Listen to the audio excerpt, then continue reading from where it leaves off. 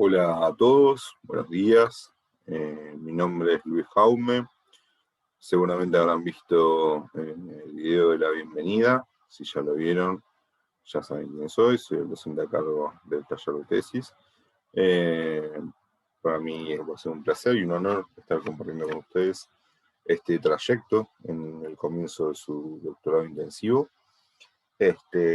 Así que nada, sepan que pueden contar conmigo para cualquier consulta, para lo que vayan precisando a lo largo de este tiempo en el taller de tesis. Bien, seguramente iremos respondiendo y viendo algunas otras cuestiones también durante los encuentros sincrónicos, pero un poco la idea de esta clase, digamos, virtual y no sincrónica es ser más complementaria. De esta manera, la idea es que lo vean solos en sus respectivos hogares. Bueno, eventualmente, si tienen dudas, consultas, pueden utilizar el foro o los espacios de las clases sincrónicas. Bien, la idea de hoy es poder ver los principales puntos, digamos, los cuales se compone, digamos, un plan de tesis y también, por ende, la tesis, ¿sí? Lo que vamos a ver hoy es el marco, qué es un marco teórico, para qué nos sirve, ¿sí? Qué son los objetivos de investigación, los objetivos generales, los objetivos específicos, las hipótesis de investigación, ¿sí? El problema de investigación, ¿sí? Nos vamos a ir deteniendo en cada uno de estos aspectos, ¿sí?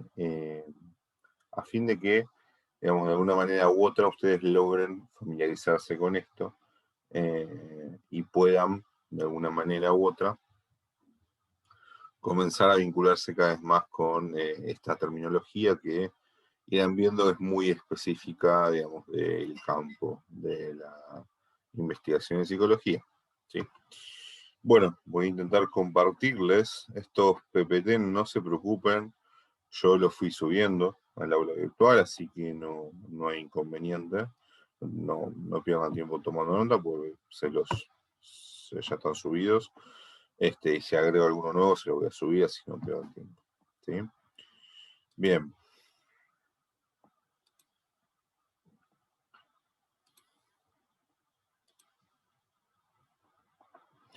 Bueno, perfecto. Entonces, vamos a comenzar con qué es un marco teórico, ¿sí? Después vamos a ir viendo algunas de las fuentes para la construcción del mismo, cómo se realiza la búsqueda en la base de datos y cómo se construye, ¿sí? Básicamente lo que es el marco teórico es un conjunto de artículos, libros, distintos documentos que nos dan una idea, una impresión acerca del conocimiento general sobre determinado tema, ¿sí? Por eso es fundamental saber el marco teórico, porque, por ejemplo, si a cualquiera de ustedes o a mí se me ocurre, digo, bueno, me gustaría estudiar la inteligencia en la adolescencia, ¿sí? Puede ser que nadie la haya estudiado nunca en lo que va en estos 21 años del siglo XXI, más siglo XX y finales del siglo XIX. Podría ser, pero es poco probable, ¿sí? Ojo, hay temas donde efectivamente, por ejemplo, hace 30, 40 años, con los incipientes desarrollos de la psicología positiva, había un montón de temas que no habían sido estudiados nunca, efectivamente. O habían sido estudiados quizás desde otra perspectiva, pero le da una vuelta de tuerca muy interesante, etcétera, digamos. No es que siempre sucede, pero por las dudas, ¿sí? Por una cuestión primero también de respeto, digamos, a la comunidad científica a la cual uno va a pertenecer, ¿sí? Por una cuestión de tampoco perder el tiempo, porque quizás las ideas que uno puede tener pueden realmente ser muy interesantes, pero quizás alguien las probó antes y fueron quizás erróneas, por lo cual no pierde el tiempo si son erróneas. Y si han probado hasta el momento, son medianamente válidas, también no sería un aporte efectivo de conocimiento, ¿sí? El conocimiento, de una manera u otra, tiene que enriquecer como un bien común, ¿sí? No solamente al autor, sino también a la comunidad que lo utiliza. Entonces, a menos que encontremos realmente una temática que sea virgen, inexplorada, etcétera, que aún así, para declararla en tal caso, deberíamos hacer una búsqueda muy exhaustiva del marco teórico, ¿sí? Tenemos que emprender este camino siempre, ¿sí? Entonces, el primer paso en su plan de tesis, así como en su tesis en los primeros capítulos, va a ser ir elaborando este marco teórico, ¿sí? Entonces vamos a, de una manera u otra, analizar teorías, ¿sí? Investigaciones, vamos a ir viendo cómo se trabajó, por ejemplo, el estudio de inteligencia en general, cómo se trabajó después con la vuelta que le imprime Piaget, cómo los conceptos que ellos mismos comienzan a imprimirle, ¿sí? Todo eso uno se va empapando, digamos, de todo ese desarrollo, y un autor lo lleva a otro, ¿sí? Por lo cual hay que hacer una buena búsqueda de datos, una buena búsqueda de lo que se llama base de datos académica. ¿Sí? Ya nos vamos a meter más adelante con eso, pero tenganlo presente. Entonces, como les decía, es fundamental, ¿sí?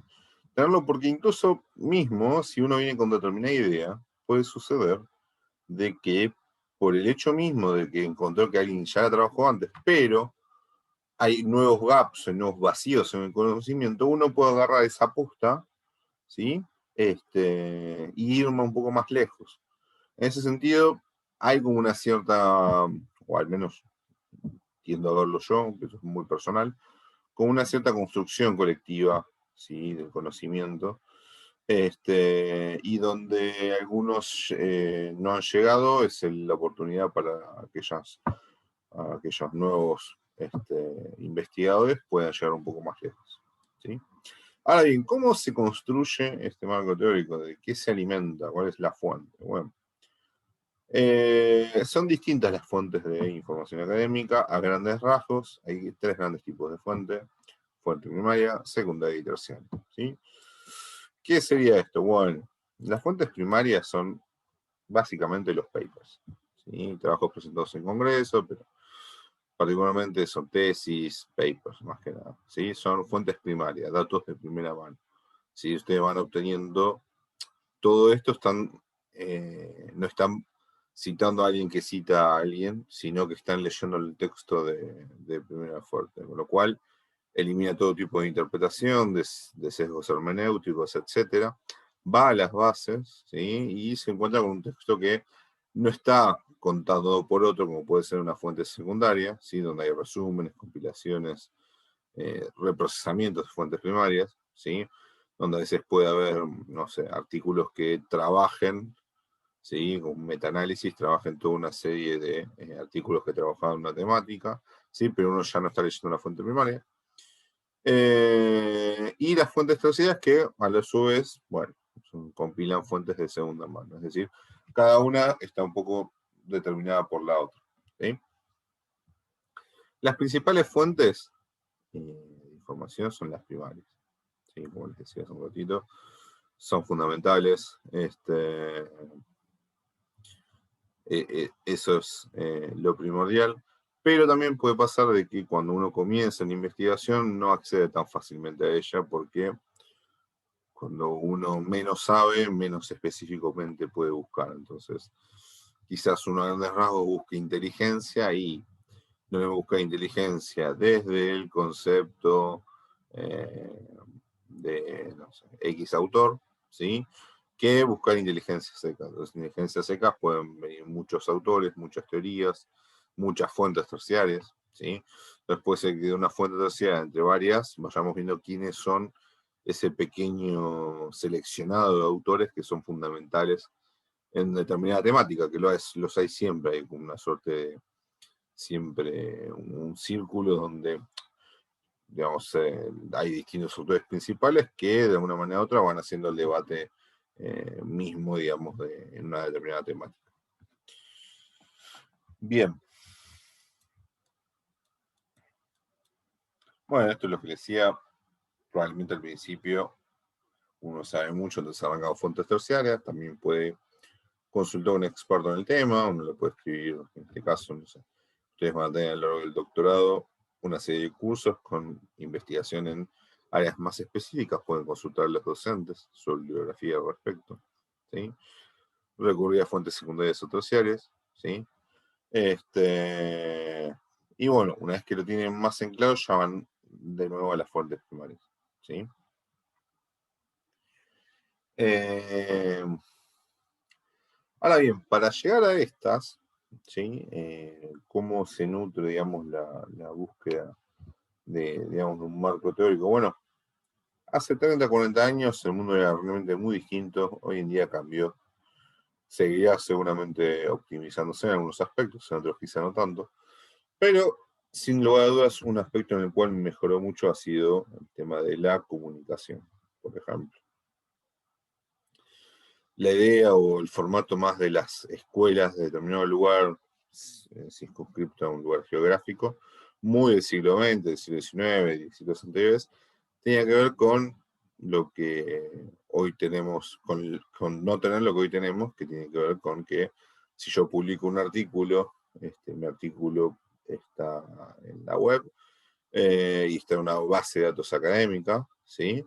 Si alguien quiere en Papúa Nueva Guinea leerlo, lo puede leer un segundo después de que yo ya lo subí, ¿sí? No es necesario encontrarme a alguien en otro país, ¿sí? Si bien los congresos son súper importantes e interesantes, ¿sí? Cada día empiezan de alguna manera con todo esto presente, a tener quizás un poquitito menos de valor y lograr formarse en una serie de lugares donde uno realmente se puede aprender un montón, se puede trabajar con colegas, pero hoy en día tranquilamente se podría hacer por Zoom como estamos haciendo esta clase, y uno se entera muy rápidamente de todo lo que va saliendo de distintas partes del mundo, casi de manera sincrónica. Una vez que está subido, eso hace de que, bueno, nada, no haya que darle mucha más vuelta, ¿sí? Bien, estas bases de datos académicas son las que permiten a cada uno de nosotros acceder a numerosas bibliotecas, ¿no? Lo que otrora eran las grandes bibliotecas en las universidades, hoy en día ha sido reemplazado por estas bases de datos académicas donde son como una suerte para, piénsenlo, de hecho Google tiene una que es el Google Scholar, ¿sí? O Google Académico en nuestro contexto latinoamericano, donde si ustedes buscan, ¿sí? Determinados conceptos, se van a circunscribir la búsqueda a determinadas bases de datos académicas y no a todo lo que buscaría Google, una condición distinta o normal a esta, ¿sí? Ese es uno, ¿sí? Después tenemos distintas bases académicas como Cielo, como Latindex, como Redalic, ¿sí? Y tenemos también unos bases de datos de afuera, grandes, etc. ¿Sí? Uno que les recomiendo en lo particular, más que nada porque, bueno, nada, nuestro contexto latinoamericano en ese sentido se encuentra un poco desaventajado con los contextos de Europa o de América del Norte, es que, bueno, a veces algunos artículos no son de acceso abierto. En general, en el ámbito latinoamericano suelen serlo, pero bueno, lamentablemente buena parte de las principales hallazgos en las distintas disciplinas científicas suelen tener y se siguen publicando en revistas en inglés, ¿sí? Por lo cual hay que acceder a ellas. Y buena parte de este mercado te cobra, digamos, la descarga de cada uno de estos artículos. Con lo cual, digamos, para un investigador de Europa o de Estados Unidos no es mucho, ¿sí? Por distintas cuestiones. Yo estuve trabajando hace unos años primero en Italia y después en Estados Unidos con una beca Fulbright y en Italia con una beca del gobierno italiano. Y lo que observaba comparado con Argentina, calculo que en Ecuador ustedes me dirán después, podrá pasar algo similar, es que, claro, ellos, la universidad pagaba el acceso a estas grandes bases de datos académicas. que es caro. O a veces los grupos de investigación, porque quizás cada artículo puede salir la descarga 15, 20 dólares, que uno diría, bueno, si es uno solo no parece tanto, pero quizás para hacer una buena base de datos, para hacer un buen marco teórico y revisar bien las bases de datos, quizás para una tesis doctoral, uno agarra más de 200 artículos, multiplicado por 15 o 20, imagínense, y multiplicar eso en dólar, bueno, a las monedas de cada país. Eso hace que se encarezca mucho. ¿Sí? Bueno, en ese sentido, en buena parte de Latinoamérica se usa algo que se llama C-Hub, que es una base de datos académica que ha desarrollado una mujer de Rusia, una científica, que te permite acceder a los artículos que no están, digamos, con acceso abierto, te permite acceder a los mismos. Así que eso sepan que es una buena posibilidad. Algunas universidades bloquean el acceso porque no es del todo legal, pero bueno, si lo hacen desde su computadora, pueden encontrar ahí mucha información. Bueno, esto un poco es lo que se les decía, ¿sí? Realix y JSTOR, ¿sí? Bien, bueno, cada una de estas páginas tiene un distinto formato. Acá bien podrán observar en cielo que uno busca determinado concepto, y con eso, nada, encuentra determinada información, ¿sí?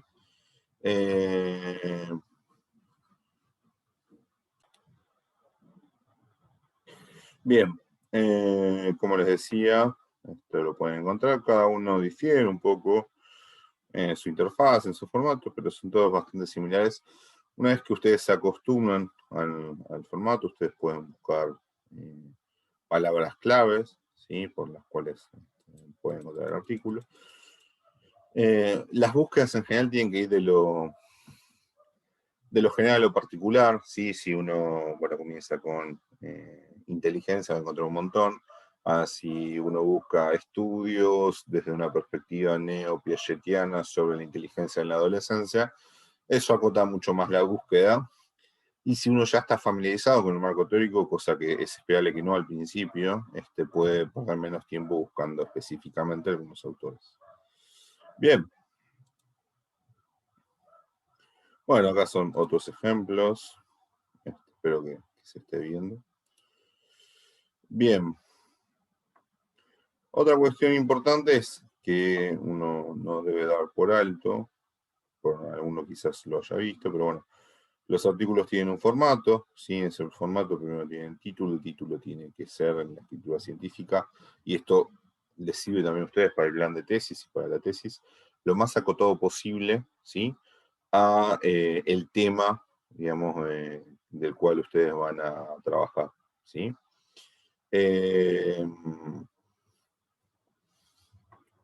Bien, ¿sí? No se espera que sea algo oscurantista ni nada por el estilo, sino que los títulos tienen que ser muy específicos, acotados, ¿sí? No más de 10 o 12 palabras, hay que ser concreto en la hora de poner el título. Bueno, luego vienen los autores y cuál es su filiación institucional.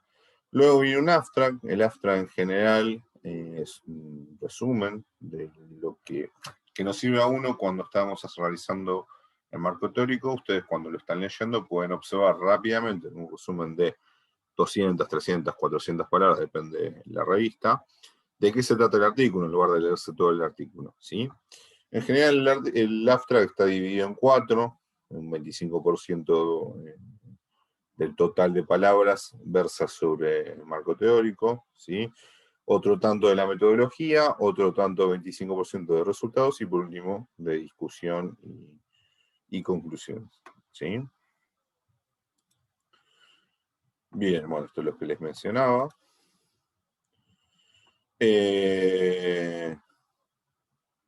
Cuando encontramos un artículo que nos interesa, es importante ir viendo, bueno, y estableciendo como una suerte de árbol genealógico de distintos autores, ¿no? De esa manera les va a permitir a ustedes ir viendo bien quién es el pop en determinada temática, quién fue el más citado, qué discusiones tienen con autores de la época, cómo se sitúan esas discusiones más adelante, etcétera, digamos. Todo eso es muy, muy importante. Bueno, ustedes van a encontrar, que les dejé en la aula virtual, una serie de Excel, donde, nada, les va a ser muy fácil y útil poder establecer la información en una serie de distintas filas que les puse al respecto. ¿Sí? Bien.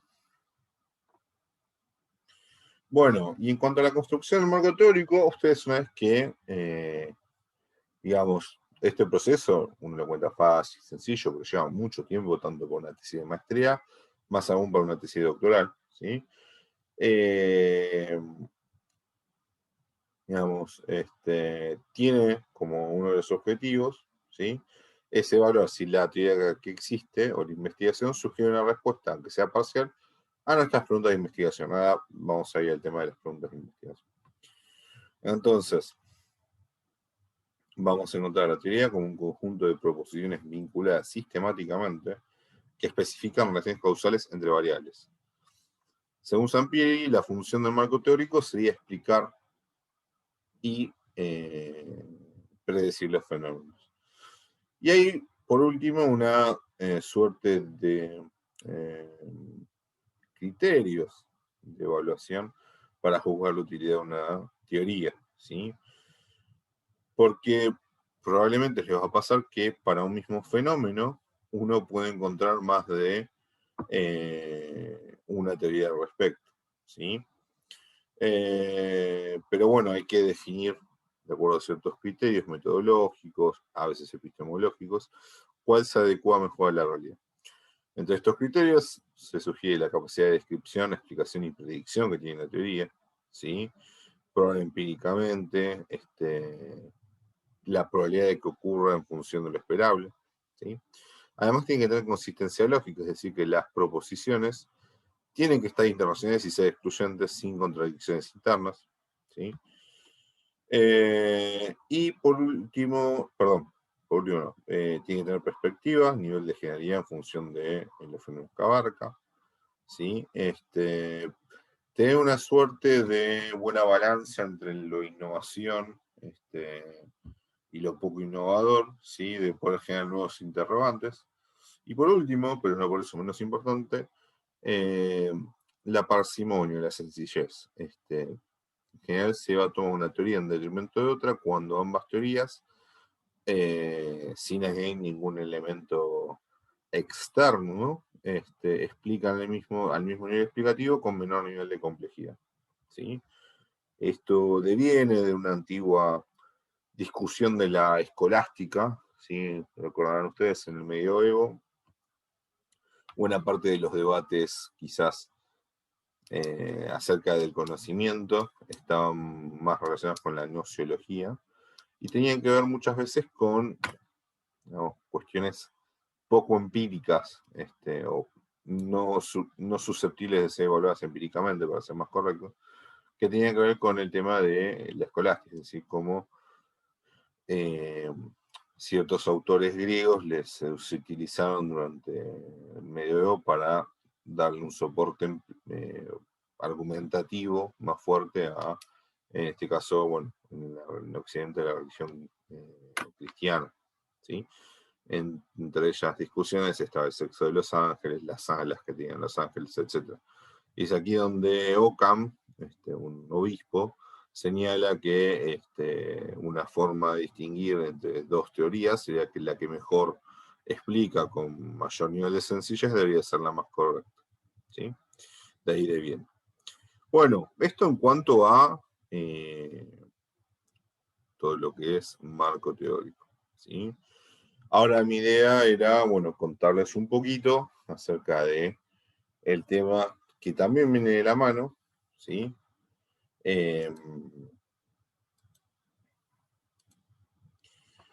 De pensar, bueno, los objetivos e hipótesis y el problema de investigación, ¿sí? Bien. Para poder delimitar un problema es necesario formular una pregunta de investigación, objetivos e hipótesis, ¿sí? En general vienen todos muy de la mano, lo vamos a ir viendo, están todos muy interrelacionados, y eso es correcto, está bueno, es esperable, ¿sí? Los objetivos tienen que responder a un interrogante que es ¿qué se pretende alcanzar con esta investigación? ¿Sí? O a qué resultados se pretende arribar.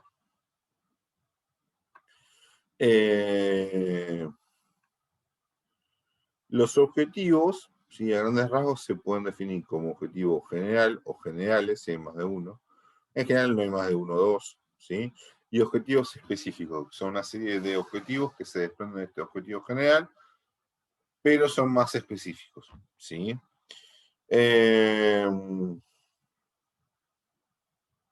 Bien, bien. Bueno, algunos errores que hay en la formulación de los objetivos es confundir los objetivos con el método e incluir un procedimiento como parte del objetivo. Esto está muy lejos de la realidad, ¿sí? No tenemos que confundir objetivos con método para nada, ¿sí?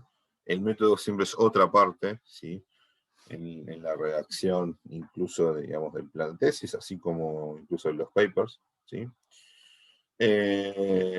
Y si bien los objetivos sirven de guía, ¿sí? Para limitar los métodos o procedimientos, no se tiene que confundir, ¿sí? Bien.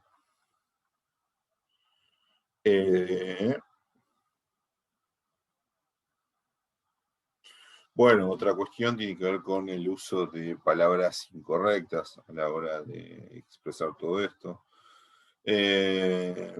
Muchas veces se utiliza verbos inadecuados para lo que se pretende, ¿sí? Por ejemplo, un ejemplo citado en texto, si los objetivos son resultados cognitivos, no es posible redactar el siguiente objetivo. Correlacionar la presencia de estrés con el tipo de personalidad y nivel socioeconómico. ¿Por qué? Porque las correlaciones existen o no existen, ¿sí? Pero nosotros no vamos a generarlas, sino a identificarlas, ¿sí? Entonces, en la redacción digamos, del ítem, de la pregunta, etcétera, uno tiene que tener esto en cuenta, ¿sí? Bien, eso en cuanto a objetivos, ¿sí? En cuanto a las hipótesis, como les decía, con el tema de por otro lado, las hipótesis,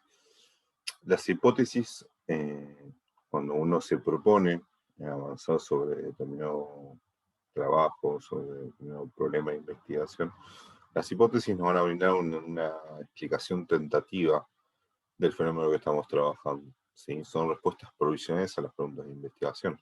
¿Por qué provisionales? Porque, bueno, de alguna manera u otra no estamos, o al menos desde cierto posicionamiento epistemológico, no estamos descubriendo una verdad inamovible e inobjetable, sino que en todo caso, como seres humanos, estamos tratando de explicar la realidad con comillas, ¿sí? Digo, para que se entienda, digamos, el entrecruzamiento epistemológico, tratamos de explicar esa realidad, de nuevo, entre comillas, como desde una perspectiva que trata de ser lo más verosímil posible hasta que se encuentre una mejor, una más sencilla, una que explique mejor, una que se ajuste más a la realidad. Por eso es una respuesta provisional, no definitiva, no para siempre. ¿Sí? Eso trata la ciencia en términos de democratizar el conocimiento. ¿Sí? Bien, entonces, para todo eso, bien, ¿qué es lo que tenemos que hacer? Revisión inicial de la literatura, ¿sí? La literatura específica, como lo llamamos nosotros, es esto de desarrollar el marco teórico, de investigar, etc. Planteamos una investigación, ¿sí? Cuando vemos que investigamos, fuimos con una idea, pero nos dimos cuenta que hay otra cosa que quizás no está trabajada, o sí la que hicimos nosotros, lo planteamos como un problema, y para eso volvemos a leer más la literatura, refinamos el problema y buscamos las hipótesis. Y siempre a ir tomándolas de nuevo como algo que se puede ajustar provisoriamente. Las mismas tienen hay distintos tipos. Están las hipótesis descriptivas, que es el primer nivel, ¿sí? Por ejemplo, no sé, uno llega a una isla nueva y nada, dice, bueno, la isla, sin saber nada, va a decir, bueno, el cielo de esta isla es de color naranja, ¿sí? Porque justo llegó el atardecer y la veo así. Es una hipótesis descriptiva, ¿sí? Después las correlaciones tienen que ver con algo que van a seguramente ver mucho en el doctorado, que tiene que ver con una forma en la cual uno puede encontrar que dos variables, x e y, pueden aumentar ambas al mismo tiempo o disminuir al mismo tiempo, cuando uno aumenta la otra disminuye. Pero eso no significa un efecto de causalidad, ¿sí?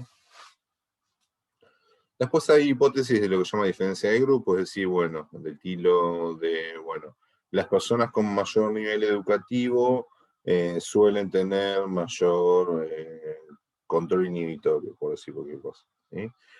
O las mujeres son mejores o tienen mayor capacidad en tal cosa en detrimento de los hombres, etc. Después, esto es a nivel metodológico, uno tiene dos tipos de hipótesis, nula y alternativa. La nula es el reverso de la hipótesis, niego refuta la relación de las variables, y la alternativa es la posibilidad diferente o alterna entre las hipótesis, ¿sí? Y por último, tenemos las hipótesis estadísticas, que tienen que ver, esto no nos vamos a meter tanto, cuando ya sabemos, tanto a nivel teórico de la disciplina como así a nivel estadístico, cómo va a funcionar determinado fenómeno.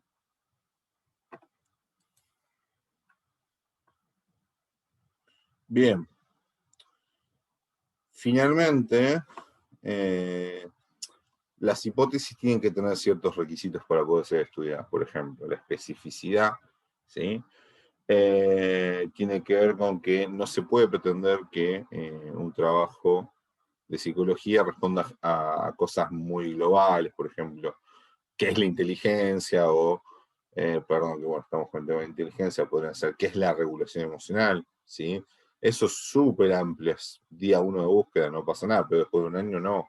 Después de un año debería ser, bueno, ¿cómo afecta, no sé, la falta de un apego en términos de Bowlby, o tener un apego inseguro en la primera formación de pareja en mujeres y hombres, ¿sí? Eso es el nivel de especificidad que se busca. Después, que sea contrastable empíricamente, ¿sí? Es decir, que lo que uno pretenda se puede evaluar empíricamente. Y después, bueno, nada, la fundamentación científica, ¿sí? Estar basada en el conocimiento existente, ¿sí? No puede ser una creación ad hoc del investigador, bajo ningún punto de vista. Bien.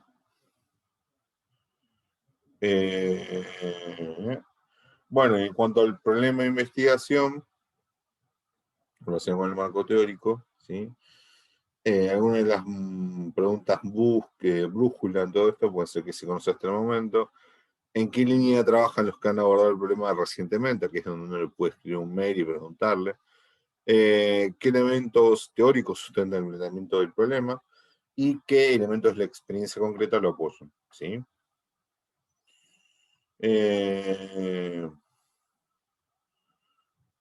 Bien. Estoy viendo a ver si...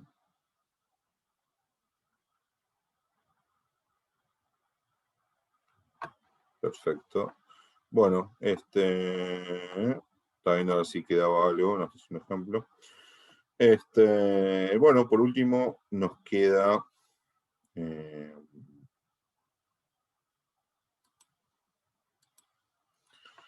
ver un poquito el tema del problema de investigación, ¿sí? Esto, por favor, tomen nota. Cualquier cosa me van preguntando en el foro, lo que no se entienda. Siéntanse libres de preguntar, ¿sí? Lo vamos a algunas cosas retomar en los encuentros sincrónicos, ¿sí? Bueno, nada, siéntanse con confianza de consultarlo.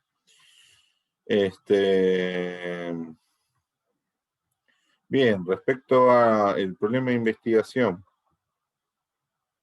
que implica es afinar, ¿sí? Entonces, afinar una investigación, ¿sí? A mí me interesa el estudio del autoritarismo, ¿sí? Perfecto. ¿Sí? Me interesa el autoritarismo en el ámbito de la psicología social y política, perfecto. Entonces, y me interesaría ver cómo es la persona autoritaria, el líder autoritario, perfecto. Me pongo a leer, ¿sí? Me encuentro con que hay, desde 1930, 40, hay un montón de autores que empiezan a leer, producto de la Segunda Guerra Mundial, de estas personalidades autoritarias, ¿sí? Ya tengo un concepto, ¿sí? Ya no es autoritarismo, es personalidad autoritaria, ¿sí? Es una forma de trabajo, una forma de conceptualización que le dio Adorno, ¿sí? A este fenómeno, ¿sí? Entonces ya tengo una forma con la que trabajar. En los 60, con la revolución cognitiva, se pasó a llamar dogmatismo con algunos cambios.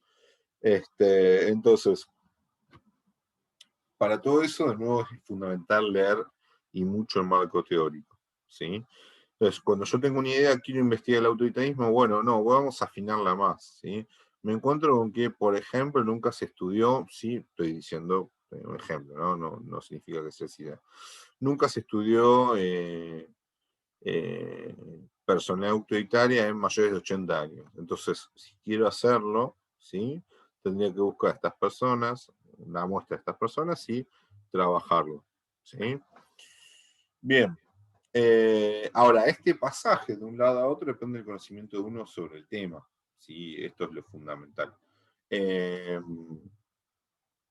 cuánto sabe uno del tema a investigar.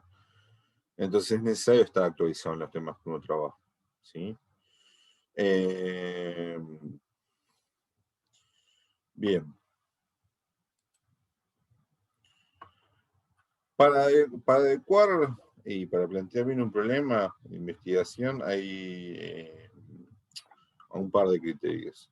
Primero, tiene que expresar una relación entre dos o más variables, ¿sí? Tiene que ser formulado como pregunta de manera clara y sin ambigüedad, ¿sí? Como, bueno, ¿qué efecto tiene tal cosa sobre otra? ¿Sí? O cómo se relaciona, ¿sí? Y tiene que implicar la posibilidad de realizar una prueba empírica, ¿sí? No podemos utilizar conceptos como alma, espíritu, etc. Bien. De respecto a los elementos del problema, tienen a nivel cuantitativo, están los objetivos, la pregunta, la justificación, la viabilidad y las consecuencias. Los objetivos básicamente nos guían e indican el propósito de la pregunta de investigación, ¿sí?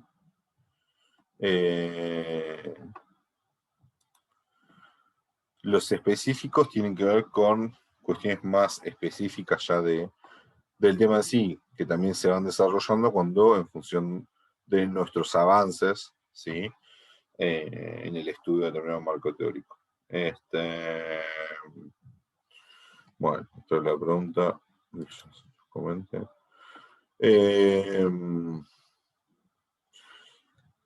Tiene que haber cierta justificación, ¿sí? En explicar el para qué estamos haciendo esto, ¿sí? Por ejemplo, encontrarle la respuesta al problema de investigación traería mucho satisfacción y felicidad, etcétera. Por ejemplo, no sé, estamos desarrollando un nuevo tratamiento fuerte para las personas borderline. Bien, entonces tiene que ser eso, estar claro a la hora de trabajarlo, ¿sí?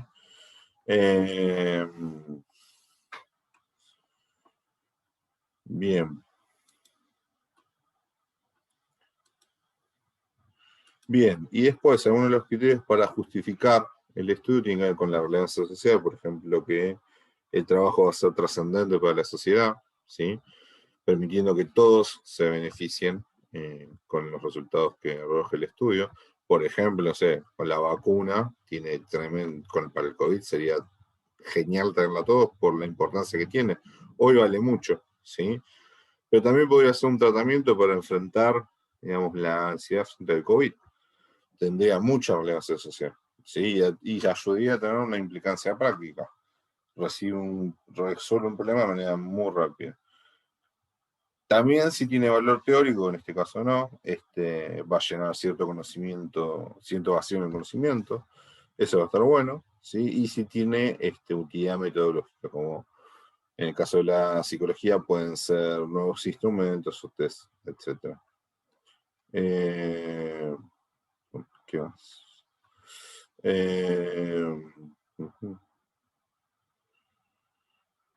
Bueno, la viabilidad tiene que ver con la posibilidad, en función de los recursos que uno dispone, de realizar la investigación, ¿sí? Yo, no sé, puede ser que me interese estudiar la necesidad de ser cognitivo en determinado contexto, pero no tengo acceso a esa muestra, no es viable y probablemente no me financien el proyecto, ¿sí? Eso es importante tenerlo en cuenta.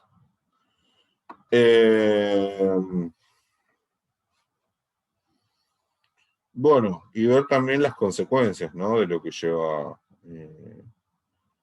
el estudio, el problema de investigación que estamos desarrollando. Bien. Bueno. Eso por ahora, ¿sí? Como primera clase para que vayan viendo, para que tengan algo para ir trabajando. Tienen los textos en el aula virtual. Así que bueno, nada, les dejo esta primera clase y bueno, nos estaremos viendo el miércoles 17 de febrero de 19 a 21 en el primer encuentro sincrónico. Aprovecharemos para ver alguna duda de esto, pero más que nada para conocernos y ver bien las distintas temáticas que están trabajando. Así que, sin más, les deseo una buena semana, que estén bien, y bueno, les mando un abrazo muy grande para todos.